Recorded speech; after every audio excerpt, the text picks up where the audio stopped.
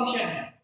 तो आपको ये याद रखना है कि आप अगर इस तरह का कोई फंक्शन आ रहा है तो आप कहेंगे कि सब ये कंटीन्यूअस है।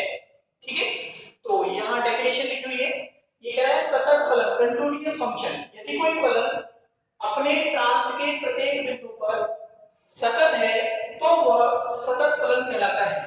अगर कोई फंक्शन अपने डोमेन के किसी हर पॉइंट पर, अगर कोई फंक्शन अपने डोमेन के हर पॉइंट पर कैसा हो, कंटीन्यूअस हो, तब आप कहेंगे कि ये जो फंक्शन है ये कैसा है, कंटीन्यूअस फंक्शन है। क्लियर? अगर कोई function, if any function is continuous for all point of its domain, then it is known as a continuous function. Then यहाँ पे मैं आपको कुछ फंक्शंस बता रहा हूँ यहाँ कि जो कंटीन्यूअस फंक्शन है आपको याद रखने ही काम आ जाते हैं। जो ऑब्जेक्टिव टाइप के क्वेश्चंस आते हैं कॉम्पिटिटिव एग्जाम में, वहां आपको इस तरह के क्वेश्चंस देखने को मिलेंगे। तो पहला है, ये फर्स्ट है तत्समक फलन। तत्समक फलन को इंग्लिश में बोलते हैं आइडेंटिटी फंक्शन। आइडेंटिटी फंक्शन क्या होता है कि अगर आप f ऑफ x कर रहे हैं तो x ही आएगा। जैसे आप यहाँ 5 रखेंगे तो 5 रिजल्ट होगा, 4 रखेंगे 4 होगा, 6 रखेंगे 6 होगा। For all x belonging to r, यानी इसका जो डोमेन है वो क्या है, सेट ऑफ रियल नंबर। तो ये जो फंक्शन है, जो आइडेंटिटी फंक्शन है, वो अपने डोमेन के हर पॉइंट पर कैसा होता है, कंटीन्यूअस होता है। तो इसलिए जो आइडेंटिटी फंक्शन है वो कैसा है, कंटीन्यूअस फंक्शन। ठीक है, नेक्स्ट है अचर फलन। इसको बोलते हैं इंग्लिश में कांस्टेंट फंक्शन। तो ये जो कांस्टेंट फंक्शन, जैसे आप x को प्लेस करोगे किसी से भी, x के प्लेस पर आप कोई भी रियल नंबर पुट करोगे तो वैल्यू हमेशा c आएगी, where c is a constant. यहां c क्या है, एक अचर है। तो जो कांस्टेंट फंक्शन होता है इसका जो डोमेन है वो है सेट ऑफ रियल नंबर। तो ये हर रियल नंबर पर कैसा फंक्शन है, कंटीन्यूअस है। इसलिए आप कांस्टेंट फंक्शन को क्या बोलते हो कि कांस्टेंट जो फंक्शन होते हैं वो हमेशा कंटीन्यूअस फंक्शन होते हैं। क्लियर है ये? तो दो एग्जांपल हो गए। तीसरा है बहुपद फलन, पॉलिनोमियल फंक्शन। ये पॉलिनोमियल फंक्शन है, a0 a1x a2x2। ये जो पॉलिनोमियल फंक्शन होता है ये भी क्या होता है, कंटीन्यूअस फंक्शन है। फोर्थ है त्रिकोणमितीय फलन। इसको बोलते हो आप इंग्लिश में ट्रिग्नोमेट्रिक फंक्शन। ट्रिग्नोमेट्रिक फंक्शन जैसे f of x equal to sin x cos x, ये भी कैसे फंक्शन है, कंटीन्यूअस फंक्शन है, सतत फलन है। चरघातांकी फलन, इसको बोलते हो आप एक्सपोनेंशियल फंक्शन। तो जो एक्सपोनेंशियल फंक्शन है वो कैसे लिखा जाता है, f(x) f of x equal to a to the power x। For a की जो वैल्यू है always a is greater than 0 और x क्या है, सेट ऑफ रियल नंबर। तो जो एक्सपोनेंशियल फंक्शन है ये भी क्या होता है, कंटीन्यूअस फंक्शन होता है। 4 5 6 है लघुगणकीय फलन, लॉगरिथमिक फंक्शन बोलते हैं इसको इंग्लिश में आप, f(x) equal to log x। यहां बेस की है, तो जो लॉगरिथमिक फंक्शन होता है वो भी अपने डोमेन में क्या होता है, कंटीन्यूअस होता है। हर पॉइंट पर, डोमेन के हर पॉइंट पर ये कंटीन्यूअस है, इसलिए लॉगरिथमिक फंक्शन को क्या बोलते हैं, कंटीन्यूअस फंक्शन है। अति परवलय फलन हाइपरबोलिक फंक्शंस होते हैं, f(x) equal to sin hyperbolic x cos hyperbolic x। ये आपने नहीं पढ़ा है हाइपरबोलिक वाला, चलो कोई बात नहीं, आप केवल याद रखो, इसको ऐसे नहीं पढ़ेंगे आप, sin hx ऐसे नहीं पढ़ा जाएगा। कैसे पढ़ोगे इसको, sin हाइपरबोलिक, ये h इसके साथ है, sin हाइपरबोलिक x, ये कहलाएगा cos हाइपरबोलिक x। तो sin हाइपरबोलिक x और cos हाइपरबोलिक x ये दोनों ही कैसे हैं, कंटीन्यूअस फंक्शन। नेक्स्ट है निरपेक्ष मान फलन, इसको बोलते हैं absolute value function. Absolute value function क्या होता है, f(x) equal to mod x a x plus mod x x minus mod x x into mod x, ये भी क्या है, एक कंटीन्यूअस फंक्शन। तो यहाँ जितने भी एग्जांपल मैंने आपको दिए हैं ये एक टाइप के फंक्शंस हैं जो कैसे हैं, सतत फलन है, यानी कंटीन्यूअस फंक्शन है। तो ये आपको याद रखना है, ये हमें याद होनी चाहिए। कभी भी मान लो कोई क्वेश्चन आ रहा है और उसमें इस तरह का कोई फंक्शन आ गया, ट्रिग्नोमेट्रिक कोई फंक्शन आ गया, या आपका आइडेंटिटी फंक्शन आ गया, या कांस्टेंट आ गया, या पॉलिनोमियल आ गया, तो आप कहोगे कि ये एक पॉलिनोमियल फंक्शन है, इसलिए ये कैसा है, एक कंटीन्यूअस फंक्शन है। क्लियर? तो ये हमें पता होना चाहिए। कभी-कभी क्या होता है कि कोई एक फंक्शन होता है वो दो या दो से अधिक फंक्शन से मिलकर बना होता है। एक फंक्शन है y equal to fx और जो fx की जो वैल्यू है वो दो पे डिपेंड कर रही है, e to the power x into sin x। तो उसमें एक ट्रिग्नोमेट्रिक पार्ट है और एक क्या है, एक्सपोनेंशियल पार्ट। तो ऐसे केस में जब इस तरह से फंक्शंस बनते हैं तो उनमें आपको अगर हमें ये पता है कि दोनों ही क्या है, कंटीन्यूअस है, तो इसका मतलब इन दोनों का जो मल्टीप्लिकेशन से फंक्शन बनेगा वो भी क्या होगा, कंटीन्यूअस फंक्शन। तो ये सारी चीजें अगर आपको डेफिनेशंस क्लियर होती है तो हम क्वेश्चंस को ऑब्जेक्टिव को करने में थोड़ी आसानी होती है। मैंने आपको बता दिया कंटीन्यूअस फंक्शन आप कैसे पहचानेंगे, उसकी एक डेफिनेशन है, आप इसको नोट कर लीजिए और अगर कोई दिक्कत है तो आप मुझे पूछ लेना, वैसे इसको नोट करो और ये सबको याद करना है आप लोगों को, ठीक है? करो नोट।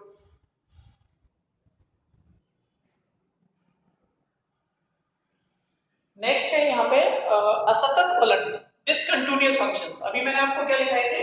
Continuous function. अब मैं आपको क्या लिख रहा हूँ? Discontinuous function. तो डिसकंटिन्यूअस फंक्शन क्या होता है कि मान लो अगर कोई फंक्शन है और वो अपने डोमेन की, जो डोमेन के अंदर पॉइंट्स हैं उनमें से किसी एक पॉइंट पर भी एटलीस्ट वन पॉइंट पर वो क्या हो? डिसकंटिन्यूअस हो, तो ऐसे फंक्शन को आप लोग क्या बोलोगे? Discontinuous function.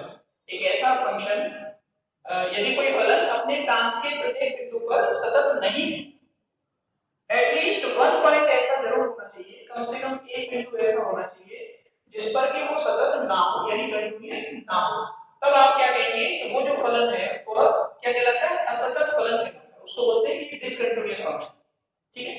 अगर कोई फंक्शन if any function, कोई भी लिख सकता है fx is discontinuous at least one point of domain, at least one point of domain of the function, the function which point is discontinuous या is not continuous, then the function is known as a discontinuous function।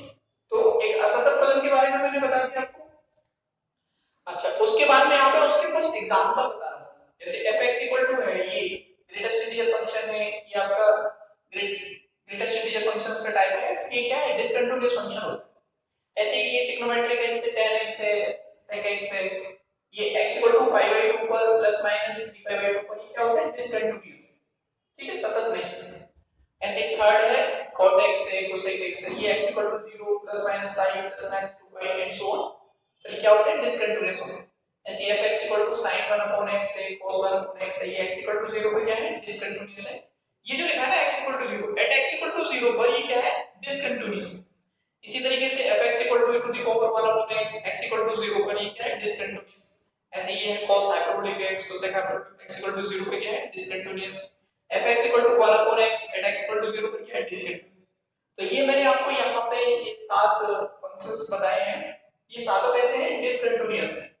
अच्छा, ये जो points दिए हैं ये उनके domain, जो function है उसके डोमेन में कोई पॉइंट है तो वो डोमेन के एक भी पॉइंट पर अगर कंटीन्यूअस नहीं तो आप उसको क्या कहेंगे? कि डिसकंटीन्यूअस। जैसे कोई भी रीजन है, मान लो ये रीजन है फंक्शन का, ये आपका डोमेन है, डोमेन बोल देते हैं इसको, रीजन बोल देते हैं, तो ये डोमेन है फंक्शन का। अच्छा, फंक्शन के डोमेन को हिंदी में बोलते हैं प्रांत। तो इसके अंदर जितने भी पॉइंट आ रहे हैं कम से कम एक पॉइंट ऐसा होना चाहिए जिस पर फंक्शन कैसा हो? डिसकंटीन्यूअस। कम से कम एक, ज्यादा भी हो सकता है। तो अगर एक भी पॉइंट ऐसा है जिस पर ये फंक्शन कंटीन्यूअस नहीं है तो उस फंक्शन को हम लोग क्या बोलेंगे? कि डिसकंटीन्यूअस फंक्शन है, यानी कि असतत फलन है। क्लियर है? तो डेफिनेशन को इंग्लिश में ट्रांसलेट कर लेना और ये एग्जांपल्स आप लोग लिख लेना और ये आपको याद रखना है। जब कोई फंक्शन इस टाइप का आएगा किसी क्वेश्चन में तो मैं आपसे पूछूंगा कि ये कैसा फंक्शन है, तो आप कहेंगे सर ये डिसकंटीन्यूअस है और इसका जो डिसकंटीन्यूअस पॉइंट है वो ये, जैसे 1 अपॉन x का मैंने बोला कि 1 अपॉन x कैसा फंक्शन है? डिसकंटीन्यूअस। किस पॉइंट पर ये कंटीन्यूअस नहीं है? x इक्वल टू 0, 0 डोमेन का पॉइंट है लेकिन इस पॉइंट पर ये कंटीन्यूअस नहीं है, इसलिए फलन कैसा है? असतत। क्लियर? तो आप इसे नोट रखो, फिर मैं आपको आगे बताऊंगा।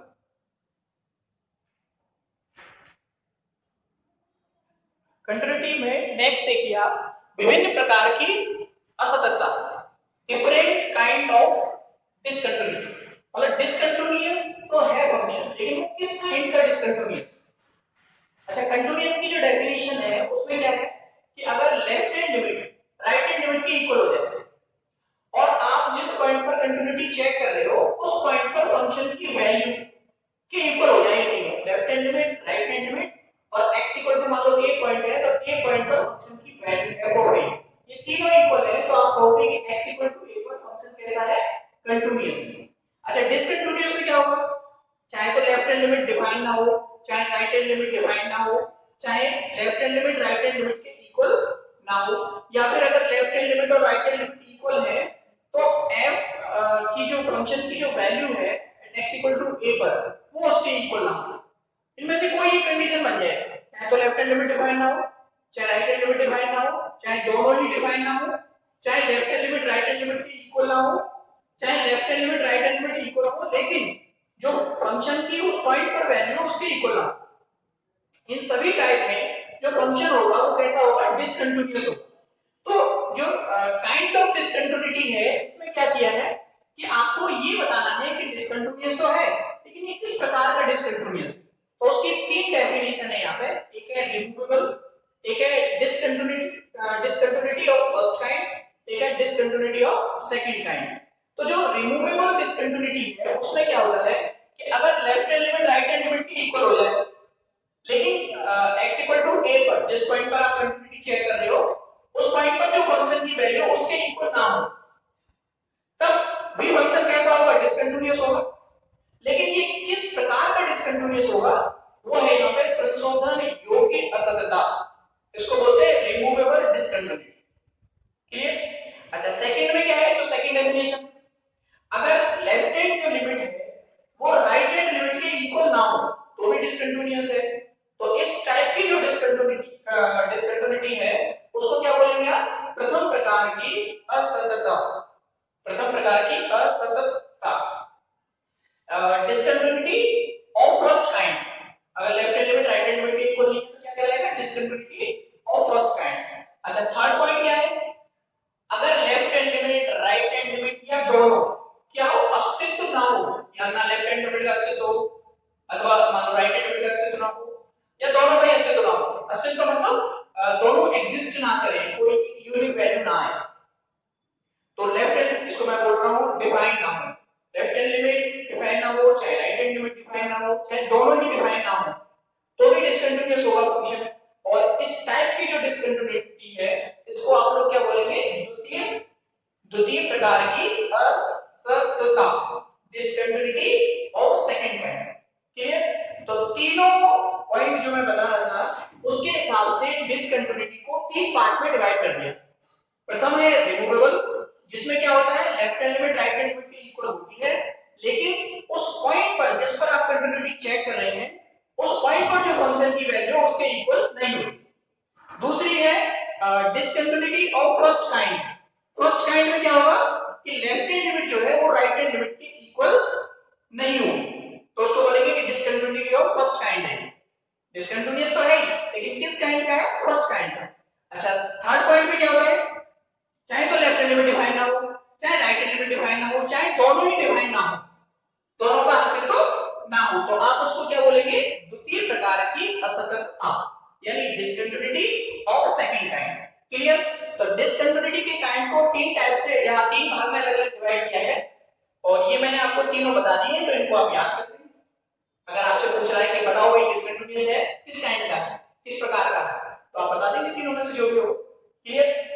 तो यहाँ पर मैं आपको सारी डेफिनेशन जो कंटिन्यूटी से रिलेटेड है वो आपको बता चुका हूँ।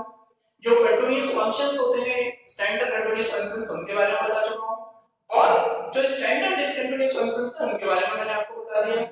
उसके बाद मैंने काइंड ऑफ डिसकंटीन्यूटी आपको बता दी कि असततता कितने प्रकार की होती है। अच्छा, इसके बाद यहाँ तक जो काम है आपका वो एक्सरसाइज 6.1 का है। अब आप पढ़ेंगे एक्सरसाइज 6.2। तो एक्सरसाइज 6.2 में हम लोग क्या पढ़ेंगे, डिफरेंशिएबिलिटी। यहां तक काम किसका हो गया, यहां तक काम हो गया सतत यानी कंटीन्यूअस सततता। और अब आप क्या पढ़ेंगे, अवकलनीयता, डिसकंटिन्यूटी। तो डिसकंटिन्यूटी की पहले आप डेफिनेशन पढ़ेंगे कि का फंक्शन डिफरेंशिएबल है या नहीं, आप पढ़ेंगे हम डिफरेंशिएबिलिटी। अवकलनीयता, फलन अवकलनीय है या नहीं है, अगर अवकलनीय है तो क्या कंडीशन को फॉलो करेगा। ठीक है, तो उसके बारे में पढ़ेंगे, उसकी डेफिनेशन पढ़ेंगे, फिर उससे रिलेटेड क्वेश्चंस करेंगे। तो एक्सरसाइज जो 6.2 है उसमें हमें क्या पढ़ना है, अवकलनीयता के बारे में पढ़ना। ठीक है, यहां तक हमने क्या पढ़ा है, सततता के बारे में, कंटिन्यूटी के बारे में पढ़ा। तो यहां तक का काम सब बच्चे पेयर कॉपी में आप कंप्लीट कर लीजिए और जो अवकलनीयता है वो मैं आपको स्टार्ट करता हूं, उसकी डेफिनेशन बताऊंगा, फिर उससे रिलेटेड प्रॉब्लम्स कैसे होती है और आप प्रॉब्लम्स को कैसे सॉल्व करें। ठीक है, और यहां तक अगर कोई डाउट हो तो आप मुझे पूछ लेना, इस काम को आप कंप्लीट करो इसको।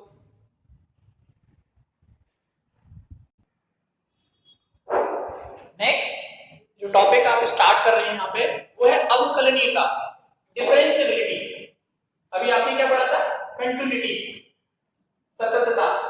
अब आप पढ़ रहे हैं अवकलनीयता। अगर कोई function y equal to f है किसी point x equal to c पर अवकलनीय फलन होगा, तो कब होगा अवकलनीय?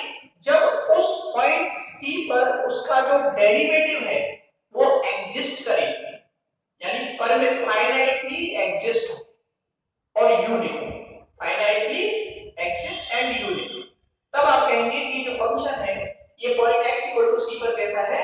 डिफरेंशिएबल है। ठीक है, तो अवकलनीय कहलाता है यदि x इक्वल टू c पर इसका अवकल गुणांक परिमित हो तथा इसका अस्तित्व फाइनाइट हो और एग्जिस्ट, यूनिक वैल्यू आनी चाहिए उससे। अच्छा, जो बात मैंने यहाँ पे बोली है अवकल गुणांक, किसको बोलते हैं? डेरिवेटिव। तो डेरिवेटिव को आप यहाँ कैसे लिखते हो? जैसे फंक्शन fx का डेरिवेटिव हमें निकालना है, तो या तो आप ऐसे लिखेंगे, नोटेशन है ये d ओवर dx, ये डेरिवेटिव कहलाएगा आपका, और किस पॉइंट पर है ये? x इक्वल टू c, ऐसे लिख देते हैं। कई बार कई बुक्स में आपको ऐसे लिखा मिल जाए ये फंक्शन का डेरिवेटिव, कई बार ऐसे भी लिखा मिल जाएगा आपको f डैश c, ये भी डेरिवेटिव है। ठीक है, या फिर आप इसको फॉर्मूले के रूप में, जब फॉर्मूले की फॉर्म में लिखते हो तो इस तरह लिखा है, limit x tends to c fx minus f of c divide by x minus c। ये सब क्या है? ये तो नोटेशन है, ये सब नोटेशन, ये फॉर्मूला यूज करते हैं डेरिवेटिव निकालने के लिए। तो ये डेरिवेटिव को रिप्रेजेंट करता है। ये जो डेरिवेटिव निकल के आ रहा है, ये limit x tends to c पर fx minus fc upon x minus c को जब आप कैलकुलेट करोगे, सॉल्व करोगे, तो जो रिजल्ट आएगा वो क्या होना चाहिए? परिमित होना चाहिए, यानी फाइनाइट होना चाहिए। कोई एक मान होना चाहिए, 5 7 10 जो भी है, और उसका अस्तित्व एग्जिस्ट करना चाहिए। ऐसा नहीं हो कि लिमिट एग्जिस्ट ही नहीं हो रही, डज नॉट एग्जिस्ट का केस बन रहा हो, तो भी आप कहेंगे कि ये फंक्शन जो है वो x इक्वल टू c पर डिफरेंशिएबल नहीं है। तो अगर अवकल गुणांक परिमित रूप से विद्यमान है और अस्तित्व में है, फाइनाइटली एग्जिस्ट है और यूनिक है डेरिवेटिव, तब आप कहेंगे कि जो फंक्शन है वो x इक्वल टू c पर कैसा है? डिफरेंशिएबल है, यानी अवकलनीय है। अच्छा, आप लोग यहाँ पर जो क्वेश्चंस करेंगे, बुक में जितने भी प्रॉब्लम्स हैं हमारी एक्सरसाइज 6.2 के जितने एक्सरसाइज के क्वेश्चंस हैं, एग्जांपल हैं, उनको कैसे सॉल्व करेंगे? अच्छा, जब आप कंटिन्यूटी की क्वेश्चन करते हो तो आप क्या करते हो? लेफ्ट हैंड लिमिट निकालते हो, राइट हैंड लिमिट निकालते हो, और जिस पॉइंट पर आप कंटिन्यूटी चेक कर रहे हो उस पॉइंट पर फंक्शन की वैल्यू निकालते हो।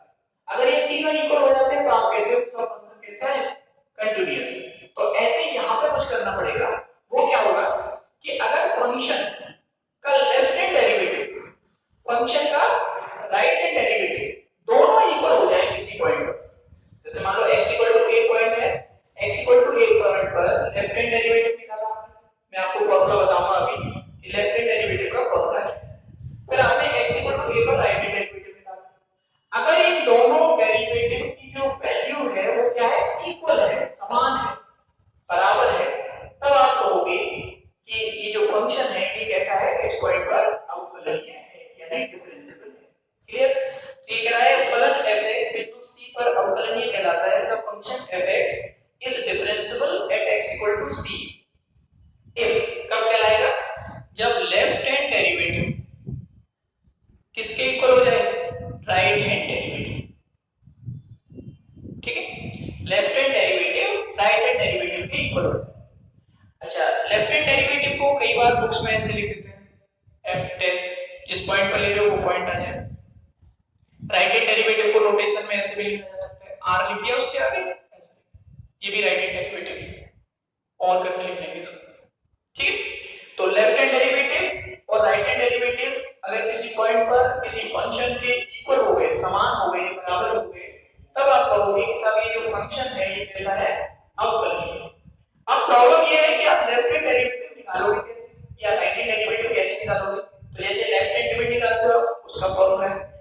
लेफ्ट हैंड डेरिवेटिव का भी फॉर्मूला है। तो फॉर्मूला क्या है वो हम यहाँ देखेंगे। तो मैं यहाँ पे लिख रहा हूँ ऊपर उसको। इसके जितनी भी प्रॉब्लम्स हैं, चाहे वो एग्जाम्पल हो चाहे एक्सरसाइज की प्रॉब्लम हो, सबको कैलकुलेट करने का जो तरीका है वो एक ही रखना है। जैसे हमने कंटिन्यूटी में रखा है, एक ही मेथड रखा है सब में, केवल फंक्शन चेंज हुआ है, बार बार लिमिट अलग लगा रही है। ऐसे ही यहाँ पे फंक्शन चेंज होगा, डेरिवेटिव अलग लगाएंगे, लेकिन जो तरीका है, जो मेथड है, जो मैं आपको बताऊंगा, आपको हर क्वेश्चन में वही अप्लाई करना है। तो लेफ्ट हैंड डेरिवेटिव का फॉर्मूला क्या होगा? लेफ्ट हैंड डेरिवेटिव, इसको याद रखना है फॉर्मूले को। लेफ्ट हैंड डेरिवेटिव का फॉर्मूला है limit h tends to 0 f of c point पर ले रहे हो तो c minus h minus f of c divide minus h। ये आपको याद करना है। जब आप कोई डेरिवेटिव सॉल्व करोगे लेफ्ट हैंड डेरिवेटिव किसी फंक्शन के लिए, तो आपको इस लिमिट को यूज करना है। ठीक है, ये हमें याद होना चाहिए। और राइट हैंड डेरिवेटिव के लिए क्या यूज करेंगे? Right hand derivative. Right hand derivative के लिए होता है limit h tends to 0 f of x plus h minus x के प्लेस पर c पॉइंट ले लो, c plus h minus f of c divide by h, which is left hand derivative और ये राइट हैंड डेरिवेटिव। अगर ये दोनों derivative क्या हो गए? इक्वल हो गए, तो फंक्शन कैसा हो जाएगा? डिफरेंशिएबल हो जाएगा, अवकलनीय है। तो लेफ्ट हैंड डेरिवेटिव के लिए आपको इस लिमिट को यूज करना है और राइट हैंड डेरिवेटिव के लिए आपको इस लिमिट को यूज करना है।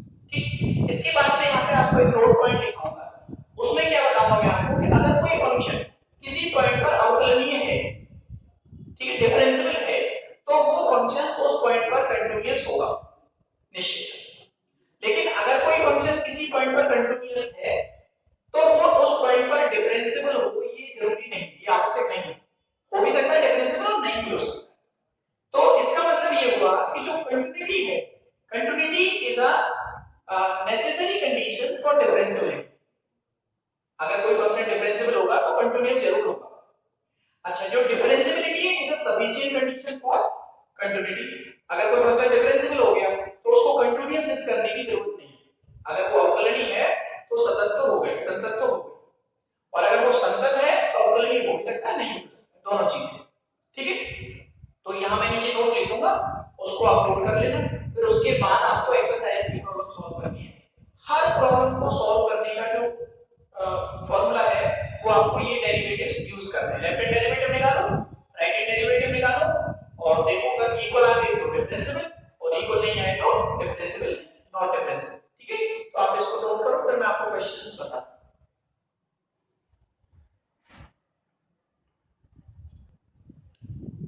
एक्सरसाइज है 6.2, उससे ऊपर मैंने आपको एक नोट लिखा है जो मैं आपको बता रहा था ना, वही प्रत्येक अवकलनीय फलन संतत होता है। ठीक है, every differentiable function is continuous always. दूसरा है परंतु बट प्रत्येक संतत फलन अवकलनीय हो ये आवश्यक नहीं, but every differentiable function, every continuous function is differentiable, may be differentiable और नॉट, मतलब हो भी सकता है डिफरेंशिएबल और नहीं। जो सतत फलन होता है वो डिफरेंशिएबल हो भी सकता है, नहीं हो सकता, ये जरूरी नहीं कि होगा।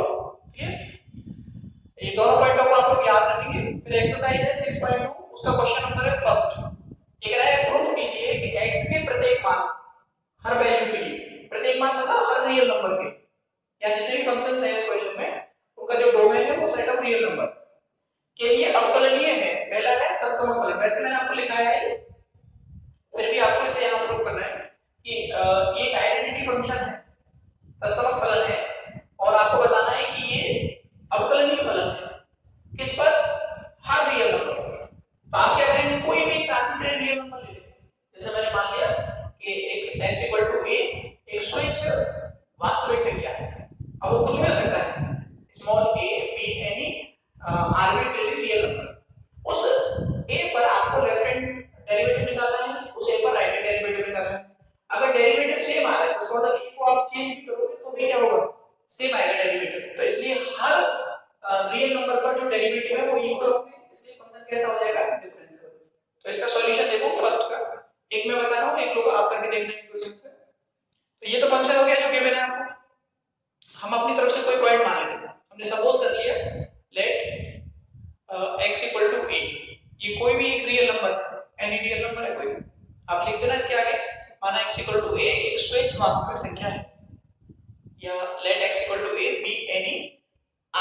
Arbitrary real number. ये लिखना चाहो तो नहीं ऐसे लिख सकते। अब आप इस पॉइंट पर आपको इसका क्या निकालना है, पहले लेफ्ट हैंड डेरिवेटिव। तो फॉर्मूला क्या होता है लेफ्ट हैंड डेरिवेटिव का? लेफ्ट हैंड डेरिवेटिव का फॉर्मूला मैंने आपको भी बताया था, limit h tends to 0 f of a minus h minus f of a divide by minus h। अब देखो इसमें वैल्यू रखेंगे आप, limit h tends to 0 a minus h, आपको x के प्लेस पर, ये जो x है इस x के प्लेस पर क्या पुट करना है, a माइनस h। तो यहाँ पे क्या हो जाएगा a माइनस h। ध्यान से समझने की कोशिश करना। फिर ये f ऑफ a, तो यहाँ x के प्लेस पर a रखोगे तो यहाँ पे a रखना पड़ेगा। तो f of a equal to क्या आ जाएगा a, ये आ जाएगा डिवाइड माइनस h। a से a कैंसिल हो जाएगा, माइनस h ऊपर है माइनस h नीचे, कैंसिल हो जाएगा, कितना आ जाएगा ये 1 आ जाएगा। ये आपका आ गया लेफ्ट हैंड है।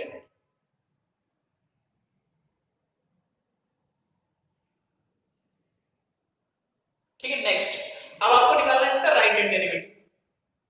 इसी तरीके से राइट हैंड डेरिवेटिव।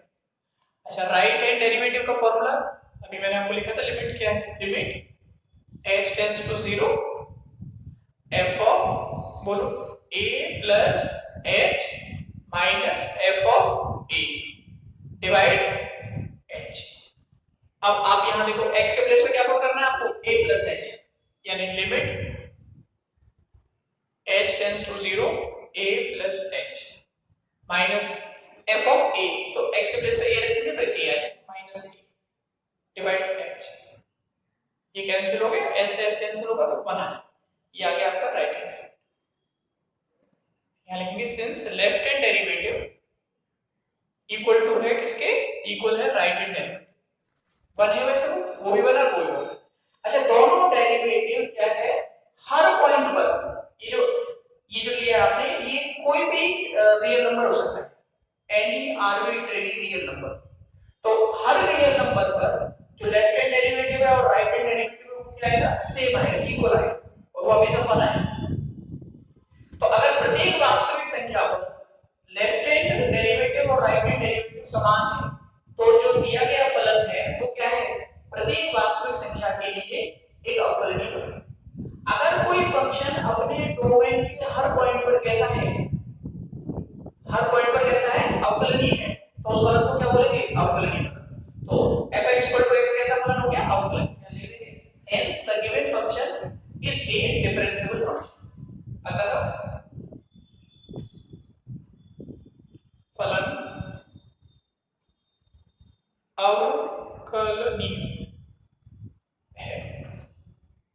इंग्लिश में लिखना चाहो तो आप इंग्लिश में लिख सकते हो, hence the given function is differentiable। Clear?